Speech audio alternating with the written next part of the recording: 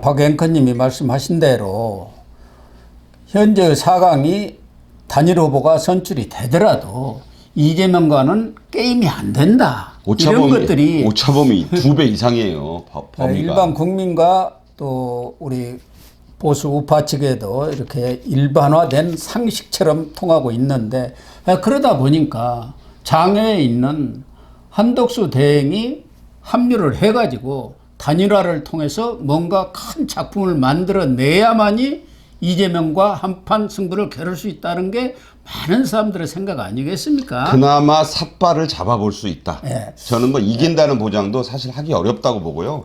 그러나 지금 상황으로서는 그렇게 예상이 되지만 최근에 이 대선만 보더라도 지난 대선도 0.73%였고 박근혜 전 대통령 그때도 사실은 더 어려웠지 않습니까? 그때는 또 나눠졌어요. 그런데 그때 문재인은 41.08%가 됐고 안철수 23, 또 홍준표 24가 됐어요. 그래갖고 두 사람만 합해도 45%가 됩니다. 그건 거기에 문재인 대선이고 박근혜 대선은 또 전에 얘기죠. 다른 거. 아니 박근혜 탄핵 이후에 이루어진 예. 그때도 뭐 게임이 안 된다고 했지만 그때는 또 세 당이 나눠졌어요.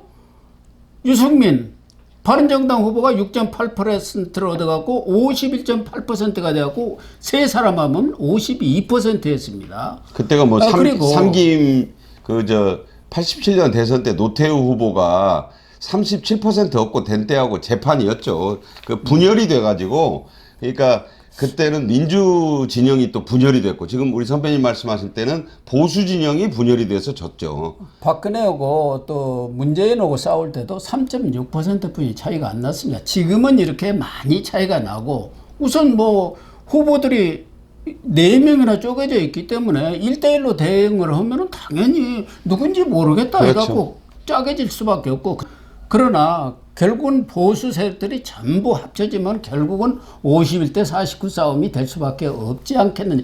그 중에서도 한덕수 대행 같은 분이 만약에 단일화에 대해서 단일 후보가 되든 아니면은 단일 후보가 다른 분이 되더라도 한덕수 대행이 거기다 힘을 합쳐준다면 얼마든지 한번 해볼 만한 싸움이 되는 것 아니냐는 게 뭐 희망회로인지는 모르지만 우리 충분히 가능한 보수 말씀이고요. 우파들이 갖고 있는 어떤 기대 내지는 희망 아니겠습니까? 예, 근데 거기서 하나 꼭 또 말씀드리고 싶은 것은 한덕수 대행과의 단일화로만은 또 부족합니다. 솔직히 숫자가.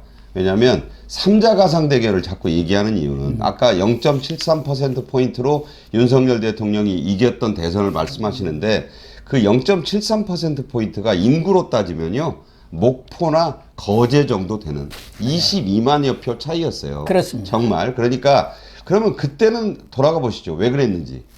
이준석이라는 젊은 청년들의 표가 와서 그랬던 거고 네. 이재명 당시 후보는 진보당의 심상정을 끌어안지 못해서 2% 정도의 그 표가 이게 나갔기 때문에 천추의 한이라고. 그러니까 그때 이재명은 진보당의 2%가 천추의 한이고 윤석열 전 대통령이 0.73%는 이래나 저래나 안철수 후보가 단일화가 1차적으로 이루어졌고 그 다음에 이준석을 끌어안았기 때문에 겨우 0.73%포인트 이긴 거예요. 지금과 같은 경우에는 자 국민의힘의 4강 후보에 한 명 안 되니까 한덕수 후보의 지지율까지 끌어들여도 그래도 오차범위 정도 차이가 있으니 이거를 뛰어넘기 위해서 지금 각종 여론조사에서 5에서 7% 사이를 왔다 갔다 하는 이준석까지 끌어안아야 되는 2단계 단일화가 이루어져야 그야말로 한번 해볼 수 있다. 그건 냉정하게 보수들이 그렇게 생각하고 얘기를 풀어가야 돼요. 이른바 빅텐트 아니겠습니까? 네, 빅텐트로도 안 돼가지고 무슨 민주당 사람들까지 끌어들이자는 주장이. 그러니까 숫자적으로는 반 이재명을 다 모으면 이길 수 있죠. 이재명이 한 49%밖에 못 넣는다 그러면 다 끄집어 모으면 51%니까 우리 이긴다. 근데 이낙연 씨나 또는 서른 씨 같은 분은 오지도 않을 것이며 온다 한들 그 호남이 중심인 그분들의 지지세가 저번에 총선에 안 보셨어요? 이미 어디요? 이낙연 후보를 처절하게 그야말로 낙선시킨 데가 호남입니다. 호남에서 그분들이 더군다나 배신자 때문에 지금 시끄러운 마당에 그분들이 만약에 이쪽에 와서 보수당의 후보를 옆에 서 가지고 도와준다? 저는 호남에서 거의 표 안 나오리라 봐요. 그거는 그분들은 좀 제외하고 이준석까지는 열어놓고 우리가 해야, 왜냐면 이준석도 보수 후보였으니까. 저는 보수에서 그렇게 떨어져 봅니다. 나간 네네. 사람 아닙니까?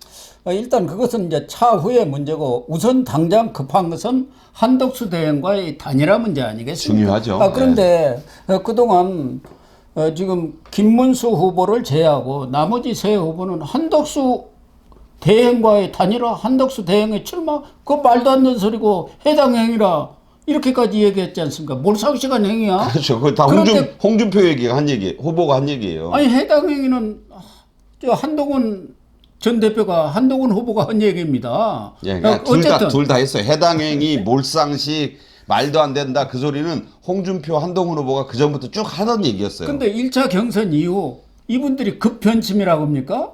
뭐 쉽게 얘기하면 돌변을 해가지고 한덕수 대행하고 단일화 나 얼마든지 할 수 있다.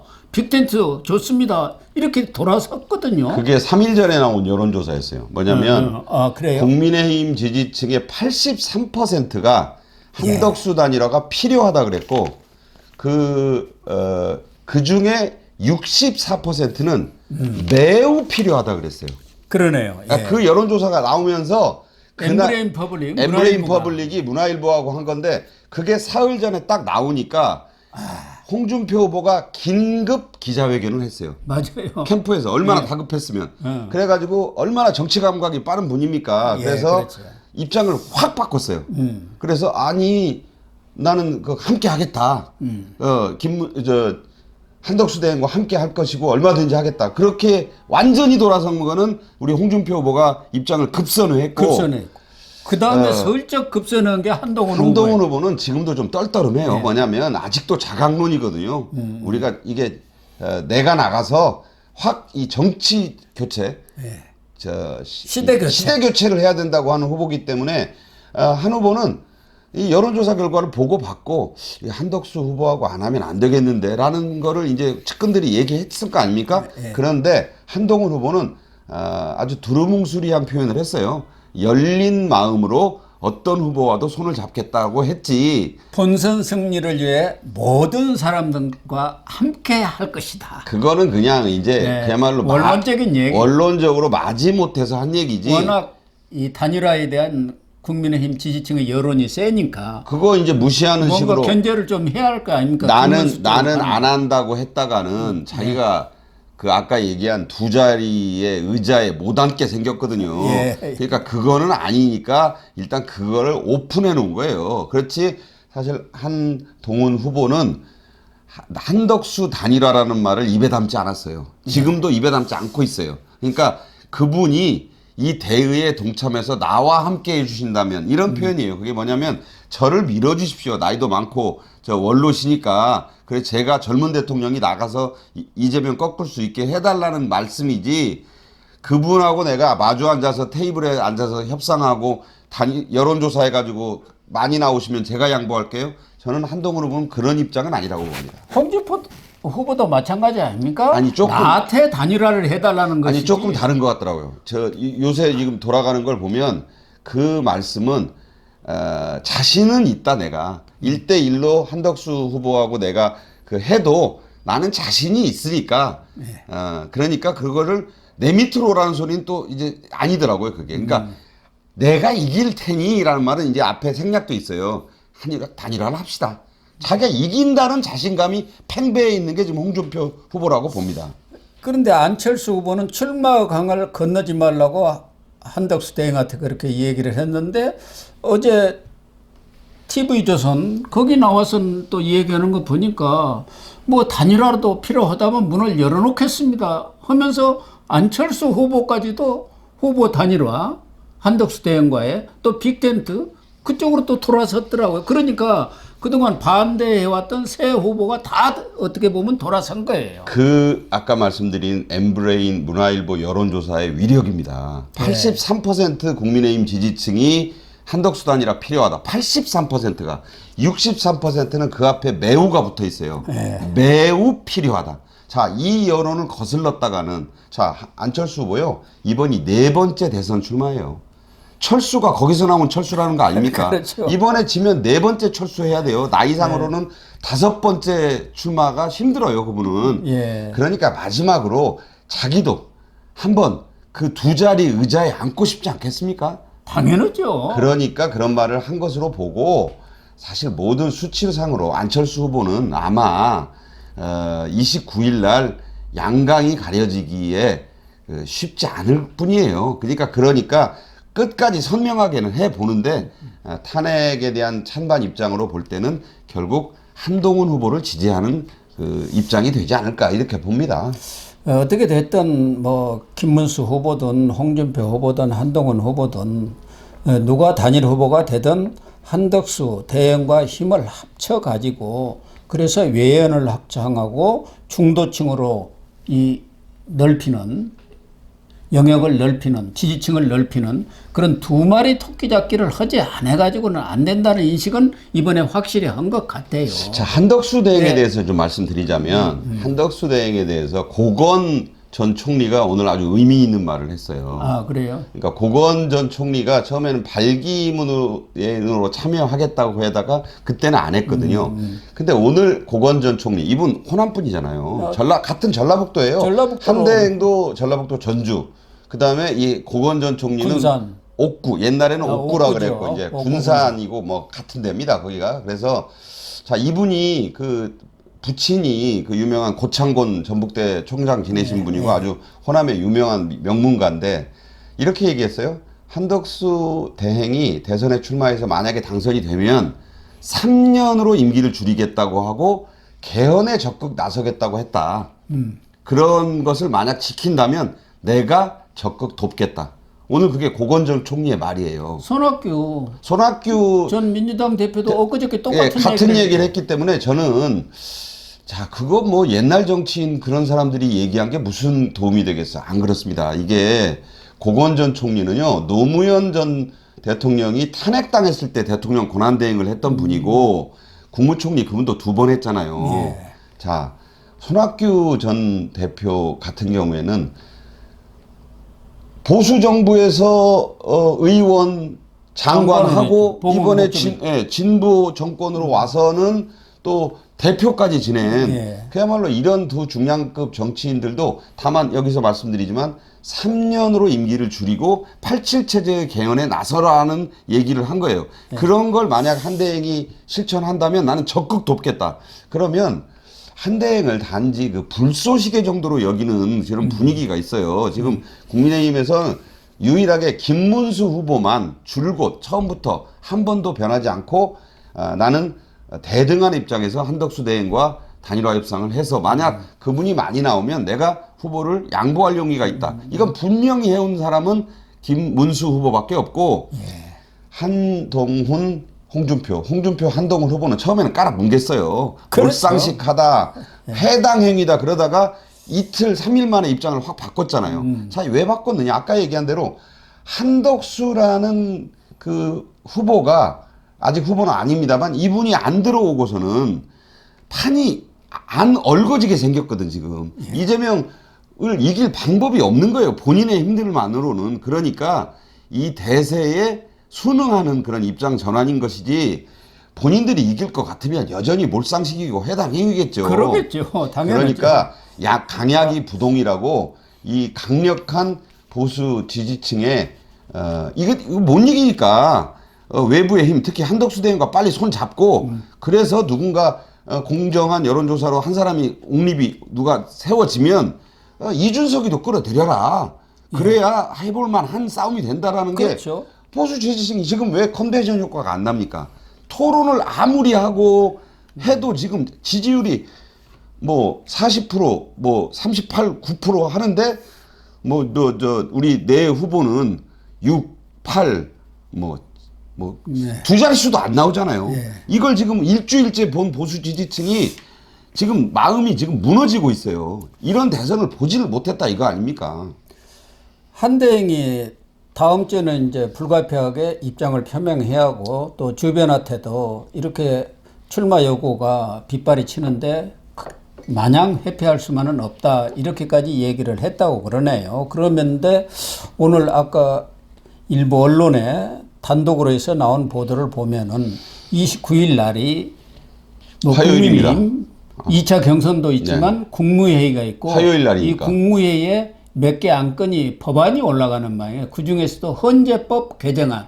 그러니까 권한대행은 재판관 임명 못한다. 그거 이제 민주당이 일방적으로 통과시킨 거. 이거 거부권을 행사를 해야 하기 때문에 29일은 사임을 할 수가 없대요. 없죠. 그때 해버리면 그 거부권 자체가 무효가 되는 거예요. 29일 밤 자정까지는 물러나면 안 됩니다. 그 네, 그래서 제2요구권 행사한 것이 유효하려면 지금 이 언론 보도로 단독으로 나온 거 보면은 30일 날 사퇴를 하고 그 스케줄이 5월 3일에 국민의힘에 들어가겠다. 입당을 하고 11일까지 단일화를 완성하겠다. 그러니까 11일까지가 등록 마감일 아닙니까? 그렇죠. 10일 그러니까 11일 그 하니까. 안에 이 4강 중에서 한 명이 단일 후보가 되면 그분과 1대1 토론을 해가지고 여론조사든 하거나 당에서 정한 방향에 따라서 단일화를 해갖고 이기면은 나가고 그러면 그 후보를 돕겠다. 이런 마음을 한 대행이 갖고 있다. 이런 보도가 나왔어요. 어떻게 보면은 맞는 얘기 같고 그중에 아까 박 앵커님께서 말씀하신 대로 임기 단축 개헌이라든가 특히 프레임을 지금까지 탄핵 프레임에서 경제 프레임으로 한 대행이 나가서 바꾸겠다는 생각을 갖고 있고 그중에 또 하나가 거국내각을 구성하겠다. 거국내각을. 진짜 거국내각. 말로만 과거에도 여러 대통령들이 내가 대통령 되면 거국내각을 하겠다고 했는데 진짜 거국내각을 구성하겠다. 이런 몇 가지 큰 아젠다를 갖고 나간다. 이런 보도가 나왔더라고요. 일단은 뭐 이제 무소속은 아닌 것 같고 그건 지금 말씀하신 내용은 뭐 제2일보, 중앙일보의 보도 내용인데 단독이라고 하지만 제가 이제 쭉 저도 기자니까 쭉 그 달력을 꺼내놓고 보니까 그 날짜밖에 없어요. 그래요. 뭐 대단한 단독 기사는 아닙니다. 왜냐하면 아니 근데 입당한다는 거라든가 이런 국민의힘에 입당한다는 것은 이제 다른 내용이더라고요. 그건 그러니까 그건 다른 곳에서 취재가 됐는데 무소속은 아니라는 거예요. 그러니까. 왜냐하면 그게 중요한 거 선거 자금이 없잖아요. 그래서 뭐 조직도 없고 하니까 권영세 현재 그 국민의힘 비대위원장이 이미 그 문호를 여는 발언을 해놨기 때문에 문호를 활짝 열겠다. 본인이 이제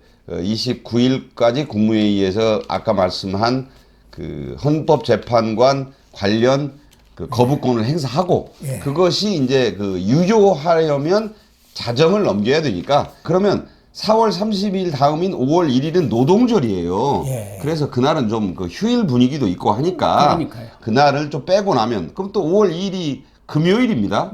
근데 이날은 그 국민의힘의 그 이제 잔치 어떻게 보면 전당대회 하루 전야예요, 전야. 그 내일 후보 발표하는 날 초치는 것도 아니고 그날 후보 선언 뭐 출마할 수는 없잖아요. 그러니까 말미를 주기 위해서 사표는 30일 날 내고 그날 선언할지 아니면 국민이 사표를 냈다는 건 이미 다 모든 걸 다 이제 국민들에게 밝힌 거잖아요. 그렇죠. 그런 정도 해놓고 그날 선언할지 아니면 5월 3일 아까 5월 1일 노동절 5월 2일은 전야 그러니까 5월 3일 날 이제 오후에 누군가 빵빠방 하고 이제 후보가 나올 거 아닙니까? 그분 축하하고 그리고 5월 3일 날 공직자 사퇴 시한 하루 전 저는 5월 3일 날 그 후보가 선출된 걸 보고 나서 그때 이제 출마 선언과 함께 사전 정지 작업을 해가지고 그분과 한번 보수 단일화를 논의하겠다고 하는 것이